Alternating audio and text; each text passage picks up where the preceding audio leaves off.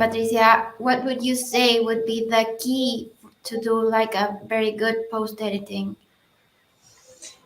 Well, I think the biggest challenge is to make quick decisions, because you have to read the translation that the machine provided, and you have to decide very quickly if how much of that you should use and how much you should change, because you could spend several minutes on each target just thinking, well, this could be a little bit better, this could be, and this would take a lot of time, and then it would ruin the point of machine translation. Machine translation is here also to make projects faster.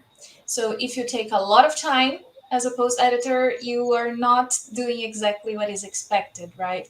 So I think having doing quick decisions is one of the biggest points for post editors to, you know, be experts in.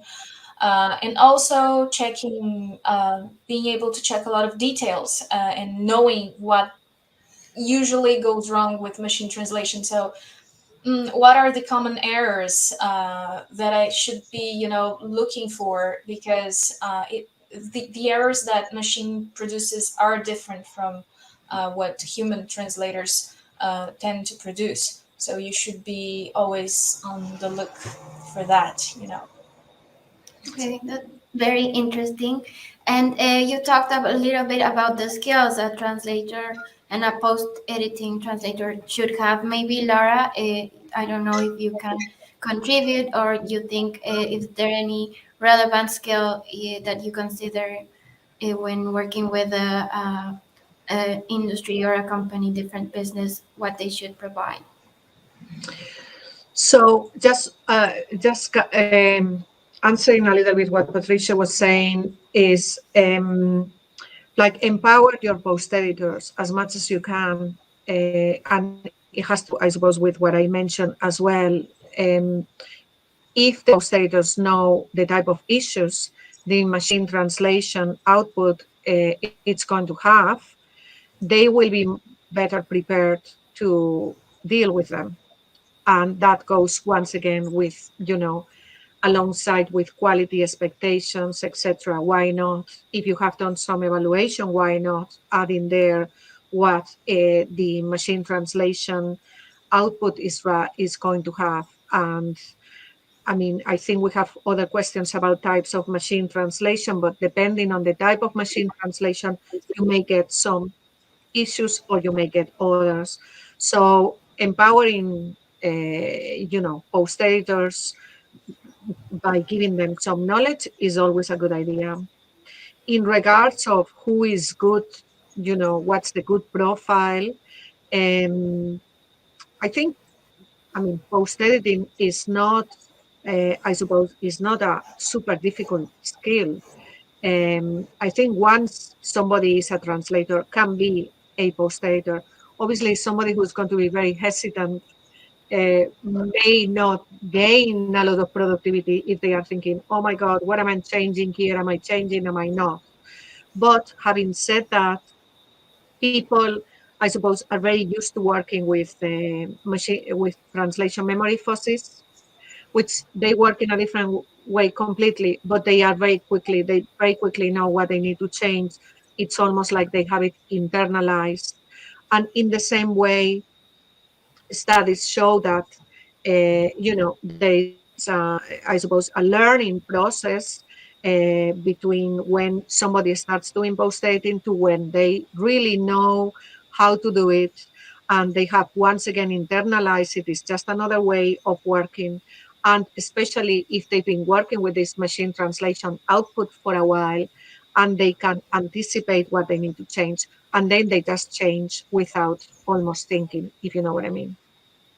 So everybody can do it. That's my opinion. Oh, great. That was very interesting, and it's also interesting to know like these different skills that you talked about, Patricia and Laura, and how it's important in the machine translation, the post editing part. And also, can you tell us more about it? Are there like are under editing and over editing different sides of the same coin? What do you think about it? Please explain a little bit more. Yeah, I think it is. I think it is related to what Laura mentioned, you know. So over editing is when the post editor makes a lot of changes that would not be necessary, and under editing is when they do not make all the changes they should. So maybe errors passed. And I think this is very much related to what Laura said, because as a beginner post editor, you are not exactly sure how much you should change. And as the time goes by and you get more experience, you know exactly, well, this is a little bit of an issue here. Okay, I should change because it leads to an error, or it makes the text not so clear, so the user is not going to understand. So this is necessary, right? But I cannot, you know, spend a lot of time editing everything, because then I am not going to be productive. And I think that taking care of this balance is only possible if you have experience. So in the beginning, you will probably over edit some things and under edit other things. But with the time, you will learn this balance and you will be able to edit just the exact amount you need. Okay.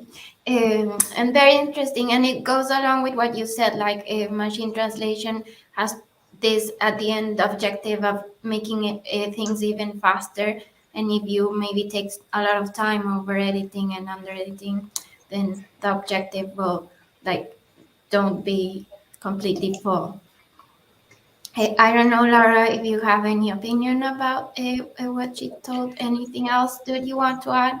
No, I suppose over editing, people realize very quickly if they are requested to do X amount of words per day or things like that. They will learn not to over edit too much.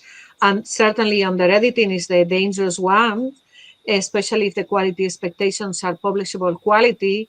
So the revisers who check those texts need to be very aware of that. And there are issues that come directly from machine translation, and a good, I suppose, reviser or reviewer who is used to this would probably spot them straight away. So once again, teach your reviewers to check machine translation post edited content.